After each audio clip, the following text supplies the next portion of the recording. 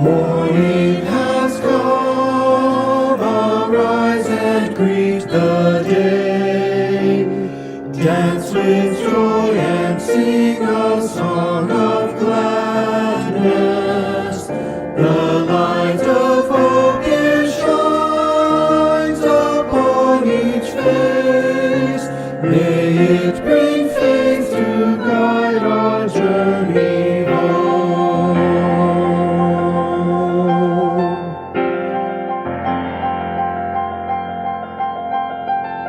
A new day dawns, once more the gift is given. Wonder fills this moment shared together. The light of peace it shines upon each face. May it bring faith to guide our journey home.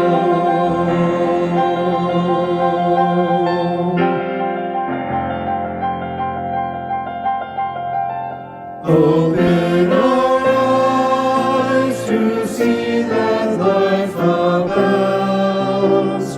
Open hearts to welcome it among us. The light of love it shines upon each face.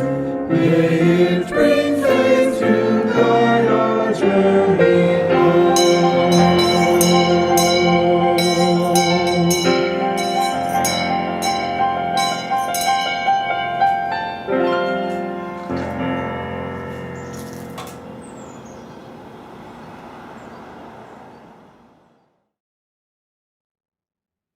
Good morning and welcome to Live Oak Unitarian Universalist Church. I'm Reverend Joanna.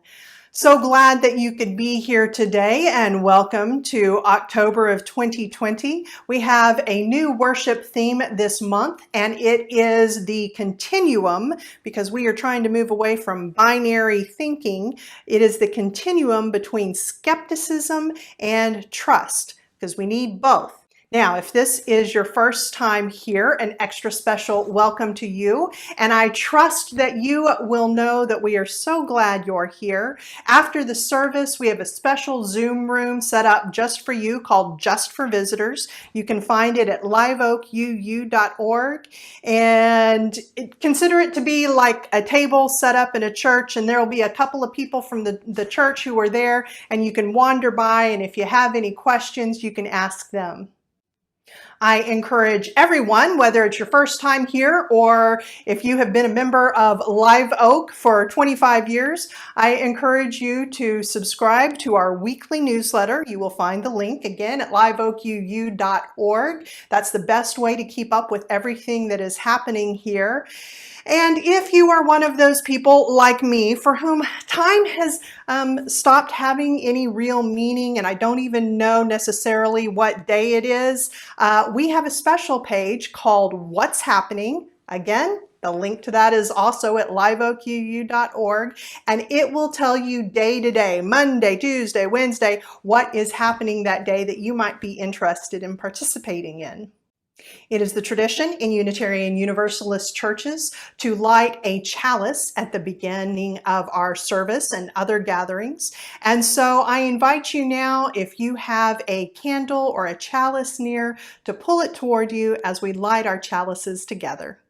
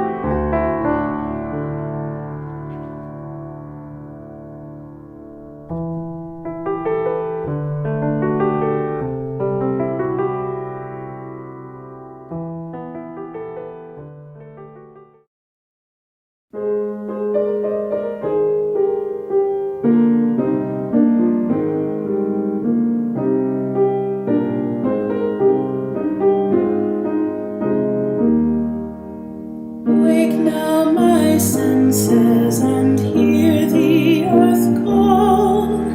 Feel the deep power of being in all.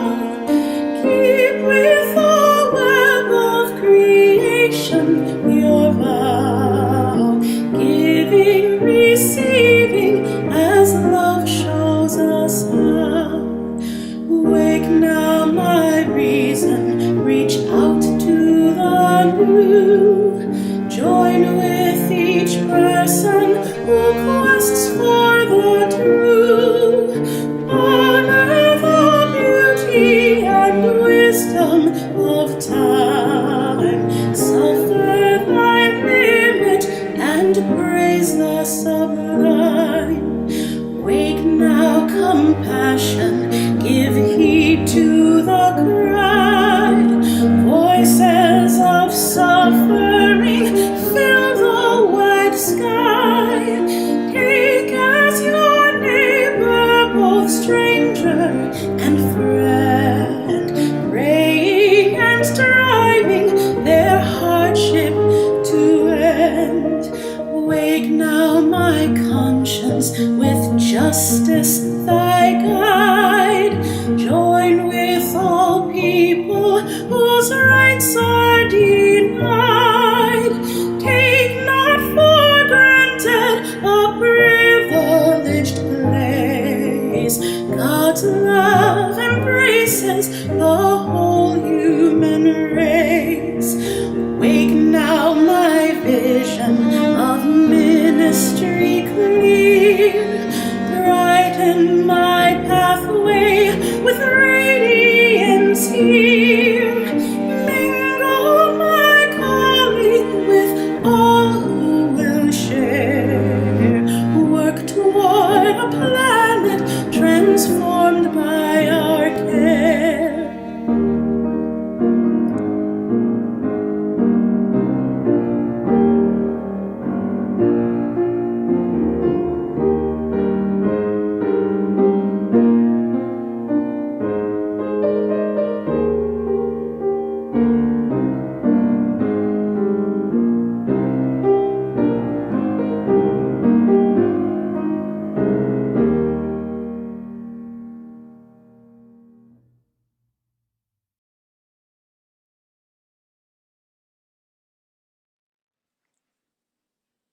Good morning. My name is Carrie Krause. I'm the Director of Lifespan Faith Development at Live Oak. I'm so glad you joined us for worship today. Welcome.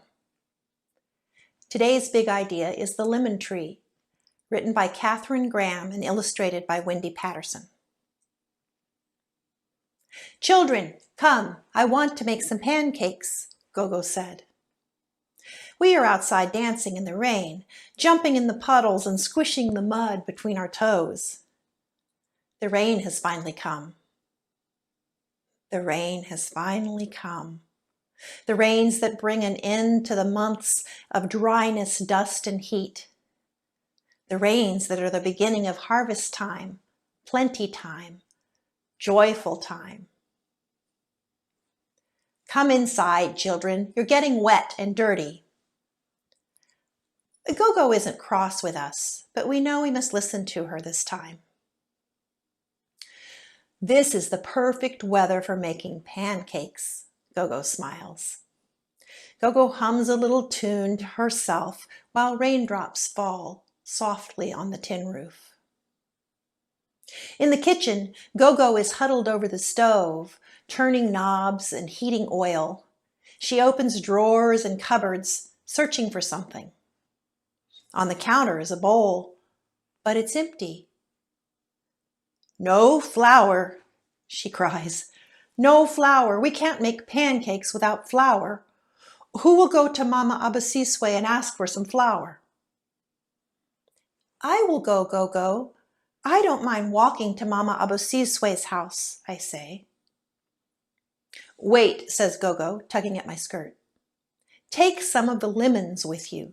They're ripening nicely now.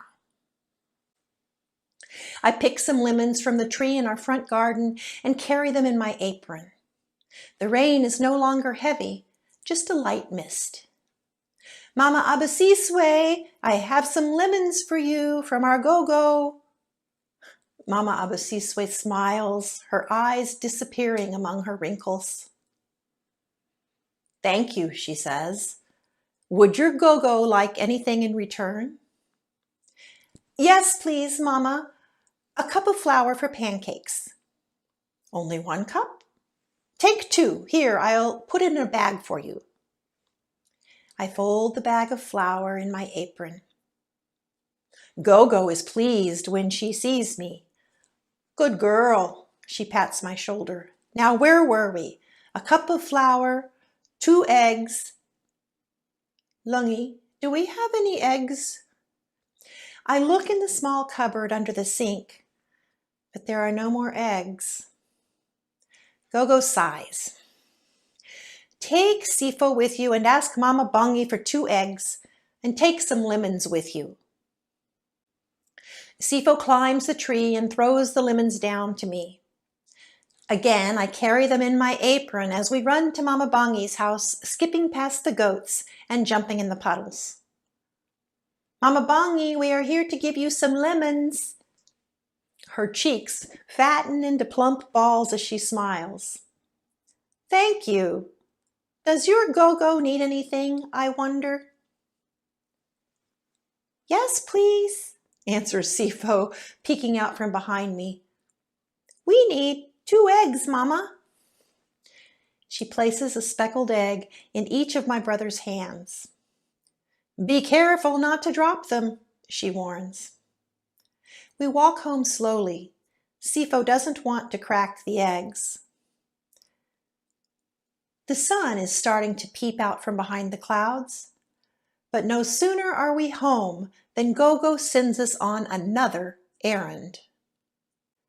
We need milk too, Gogo clucks, shaking her head. Ask Mama Futi if she has some, and don't forget to give her some lemons, we giggle. This time, Sifo has to climb very high to reach the branches that hold the golden lemons. He scratches his leg and starts to wail. Don't cry, Sifo. Soon we will be eating delicious pancakes, I remind him. Let's get the milk. Before Sifo has a chance to wipe his nose, we are off, scampering down the road to where Mama Futi lives. Mama Futi, I call, we have some lemons for you.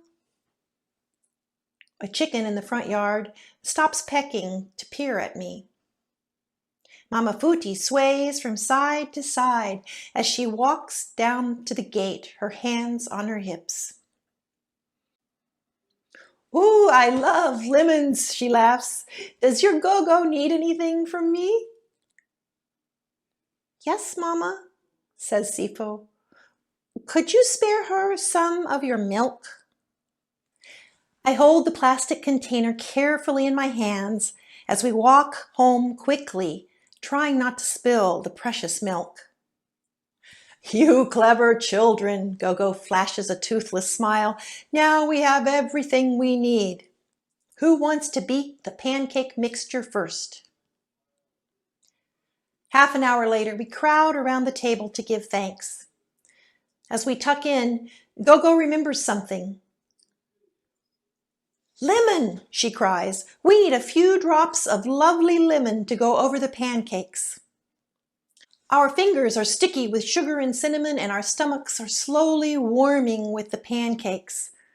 Sifo and I do not want to get up again. Gogo steps outside and stares at the tree. There isn't a single lemon left in the tree, she laughs. And we laugh too. We know we wouldn't be eating pancakes if it weren't for the lemon tree. The end.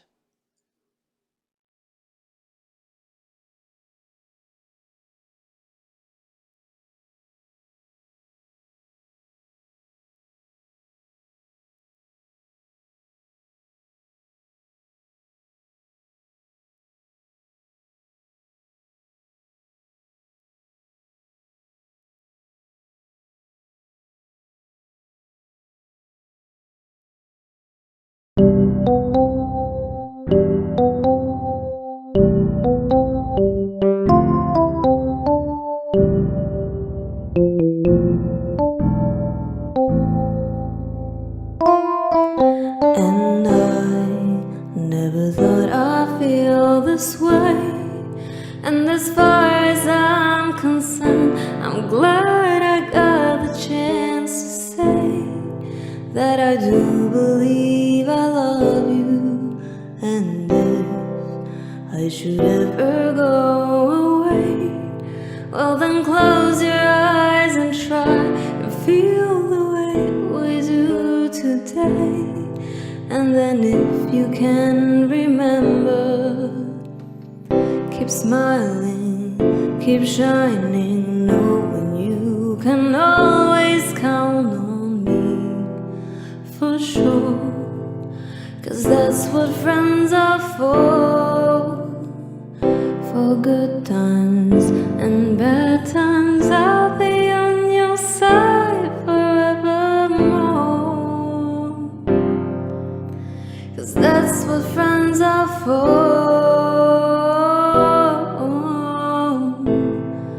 Well, you came and opened me, and now there's so much more I see. And so, by the way, I thank you. Oh, and then for the times when we're apart, well, then close your eyes and know the words are coming from my heart. And then if you can remember, keep smiling, keep shining, knowing you can always count on me for sure. 'Cause that's what friends are for good times and bad times. I'll be on your side forevermore. 'Cause that's what friends are for.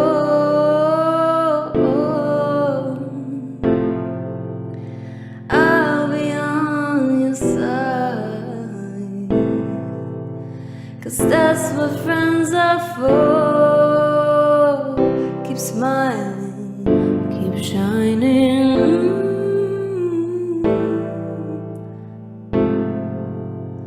Oh, that's what friends are for.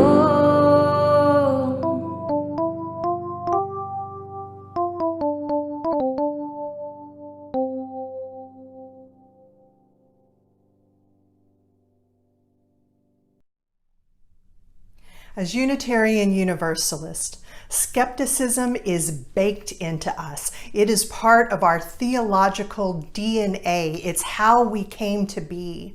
In 1438, the printing press was created, and after that, people for the first time could read the Bible for themselves, and they did. And some of the people who did that went through and they said, wait, there's nothing in here about the Trinity. And if you priests were wrong about that, maybe you've been wrong about some of the other things that you've talked about. Other people read the Bible and they said, yes, there are things in here about hell, but you, the church, have told me that this should be the number one fear in my life. And yet I am reading these things that talk about God's love and that say that I will never be separated from God's everlasting love. I don't think that that works with this picture of this cruel God that condemns people to hell.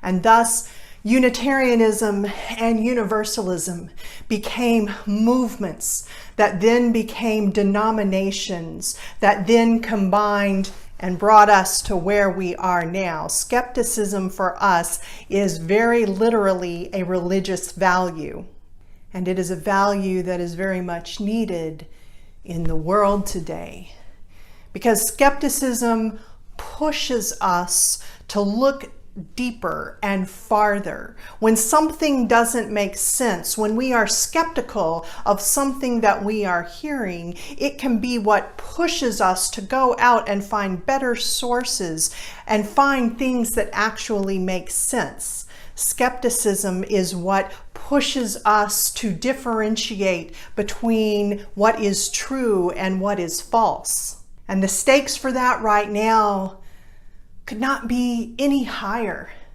both in terms of our actual literal life and death, physical health, because we are getting so many mixed messages and mixed messages that don't make any sense. How can someone say we're going to have a vaccine by November and also say that this whole coronavirus thing is a hoax and you shouldn't wear masks, and come out by the thousands to this rally I'm having where we can all be packed together?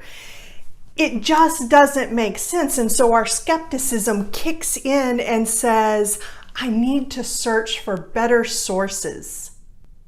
It is good to be skeptical at any time, but especially right now. But don't allow skepticism to simply make you cynical. Don't allow skepticism to shut you down. That is not to our benefit. That is to the benefit of those who are trying to foment all of these questions and make us just want to throw up our hands and say, well, who can even know? It is in our theological DNA to be skeptical. And it is also in our theological DNA to trust, to be mindful about making a choice who and what we trust, and what are the responsibilities that come along with that. Unitarian Universalist theologian of the 20th century, James Luther Adams, was aware of how important this issue was, of what you are skeptical of and what you trust. See, he was over in Germany right as the Nazi regime was beginning to take power. In fact, at times his own life was in danger, and that affected him even when he came back to the United States, as of course it would. It affected how he saw the world and how he saw Unitarian theology.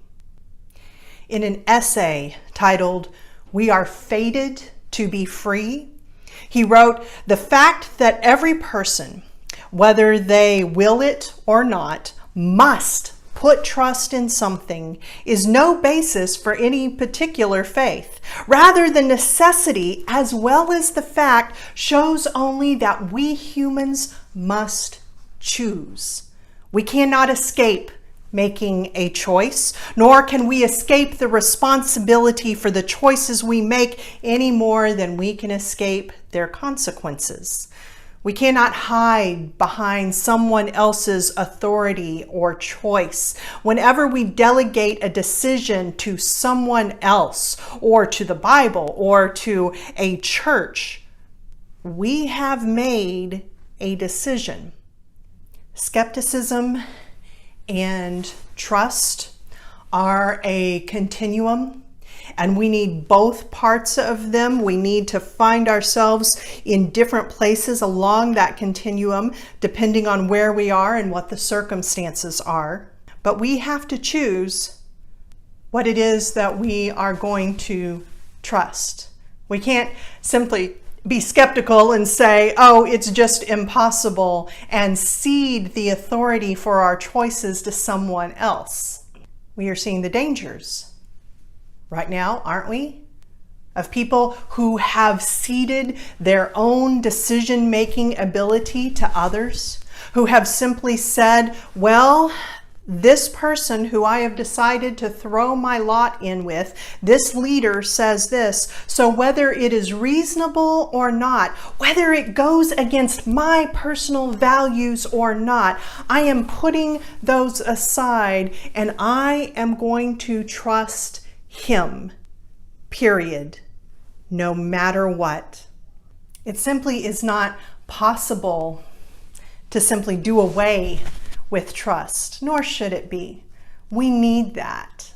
What sort of a life would that be if we were going through life feeling that we could trust no one? We can't make it on our own, none of us. And so we need to be able to find both the information and the institutions and the people whom we can trust. I trust this religion.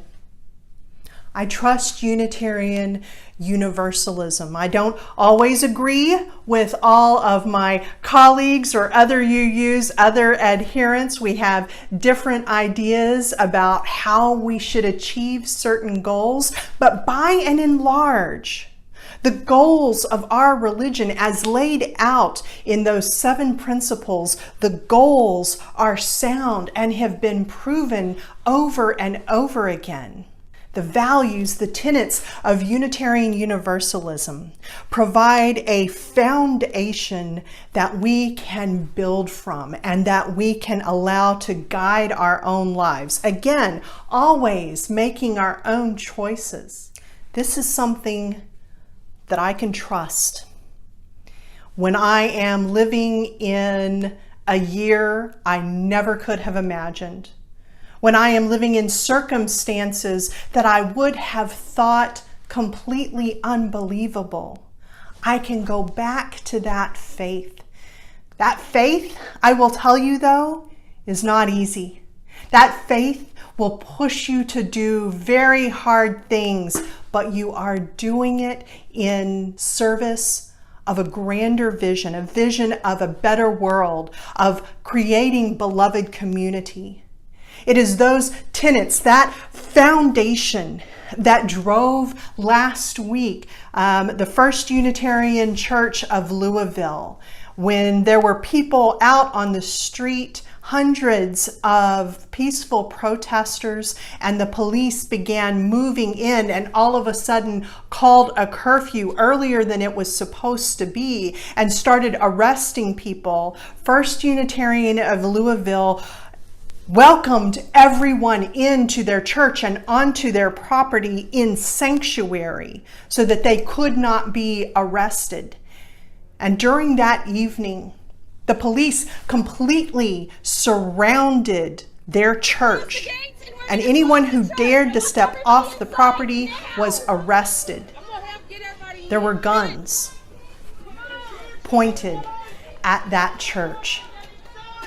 But they continued welcoming people in and giving them sanctuary, giving them food and water, because they knew that this was the right thing to do. Yes. When I think of the things that I trust this religion. And I trust this church. I trust Live Oak. I trust Live Oak because of its past history. It has proven itself over and over again to being a beacon in this community and a congregation that also has the humility to want to grow and change and be better. And every time we get a new member into our congregation, my trust and my optimism only grows.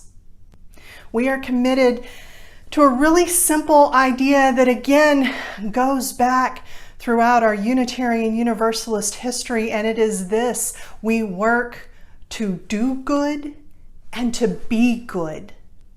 And right now, I see so many members working on both of those things. We are working to identify things in ourselves that can be made more whole and more just. We are questioning white supremacy and our role in it. We are working to figure out the ways that we can dismantle it.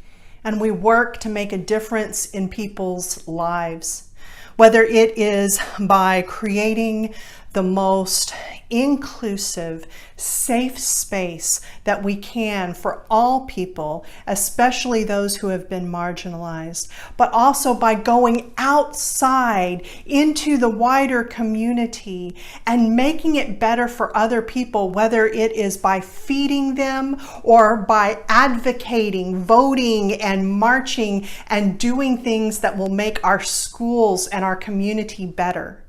I trust this church. And as James Luther Adams said, JLA, as we sometimes call him, there's a responsibility that comes with those choices of who we are going to trust, what we are going to trust. And one of the responsibilities for trusting Live Oak the way that I do is that I am all in. I am working to give this church all of my energy and all of my love and a significant part of my paycheck as well. And the reason why I do that is because I trust this church. I know that this church has been working and building and getting better year by year. And right this past spring, thanks to so many of the leaders in this church, we really were on the cusp of getting some of the growth that we have dedicated ourselves to, because it's not enough for us to create a space that is nice and safe and inclusive for us. We have to make it as welcoming as possible and to shine a light so that others who need us can find this place, even if right now it's only online. But we had finally set up, in a church, there's things called church works, which kind of encompasses this field of what are the programs you have set up, what are the committees and stuff like that, so that you can really grow, and so that when people come in, they really feel welcome, and you have a way to integrate them into the life of the community. And we had achieved that. And yes, then coronavirus came. But it's okay, because I trust this church, because we already are talking about things that we are doing differently now that will make us a stronger church when we are all able to get together again.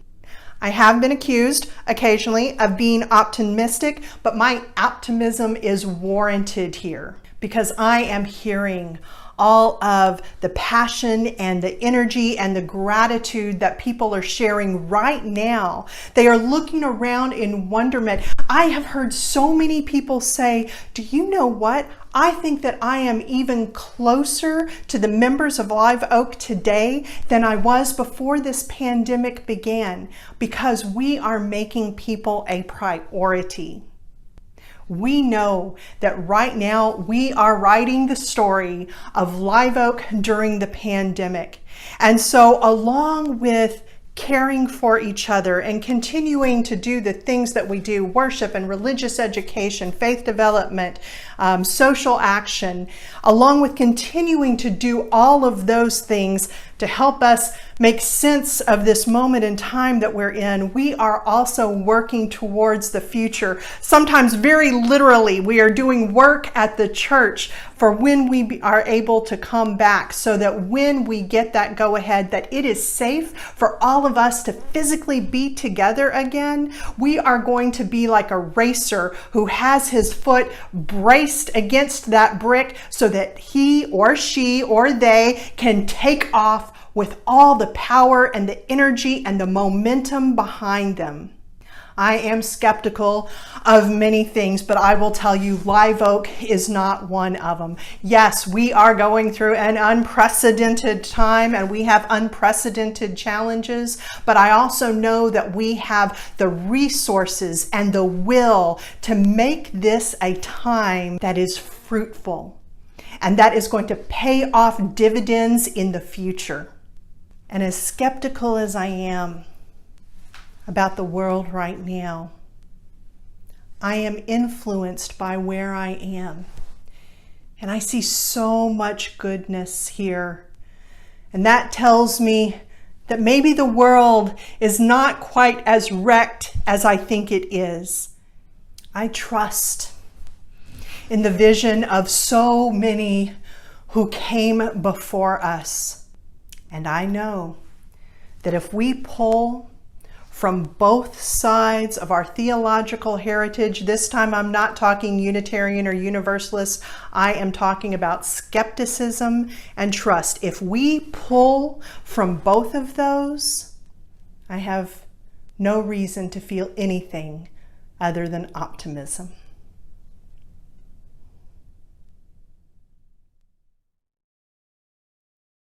Hi, it's Sanjeev again on behalf of the Stewardship Committee. Just want to give you a quick update as to where we are heading into our wrap-up event on the 4th. We've received pledges totaling $178,694. That's a smidge under 80% of last year's total. So that's great, but it still leaves us about $45,000 short of where we were last year. So if you have not turned in your pledge yet, we really, really would like you to do so as soon as possible so we can have a great wrap-up event, celebrate the generosity of the church, and plan for what is already going to be a challenging year. So every dollar of pledge helps. And of course, you are free to go and increase your pledge if that's your inclination. Just fill out a new pledge form, and we'll reconcile it on the back end to make sure that everything lines up properly. So look forward to seeing a lot of you on at the stewardship event later. I guess it'll be later today as you're hearing this. Thanks. Have a great day.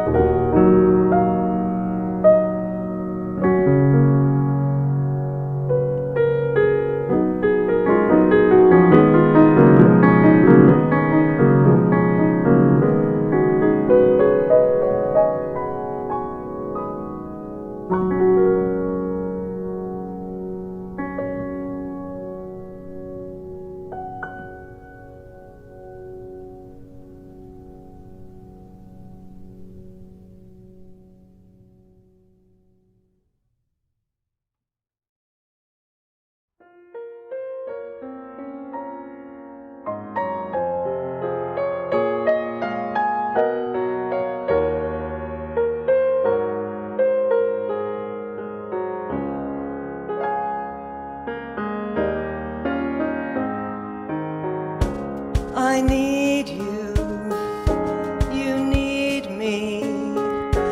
We're all a part of one body. Stand with me, agree with me. We're all a part of one body. It is our will that every need be supplied.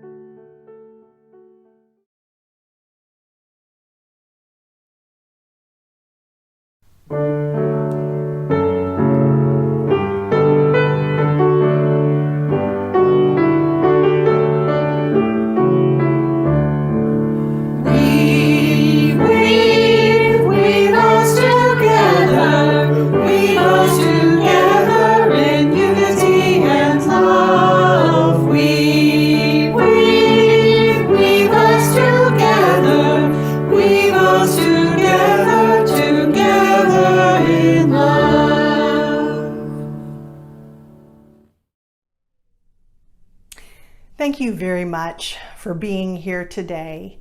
We are at a strange point in time, and it is good to have each other where we can toss ideas off of each other and try to make sense and try to remember how to live out our highest values during this time. So this week, again, I am sending to you all the blessings that I can, blessings for patience and for finding moments of peace and even being able to find some joy in the week as you go through it. And may we go forward with courage, cheerfulness, and resolution.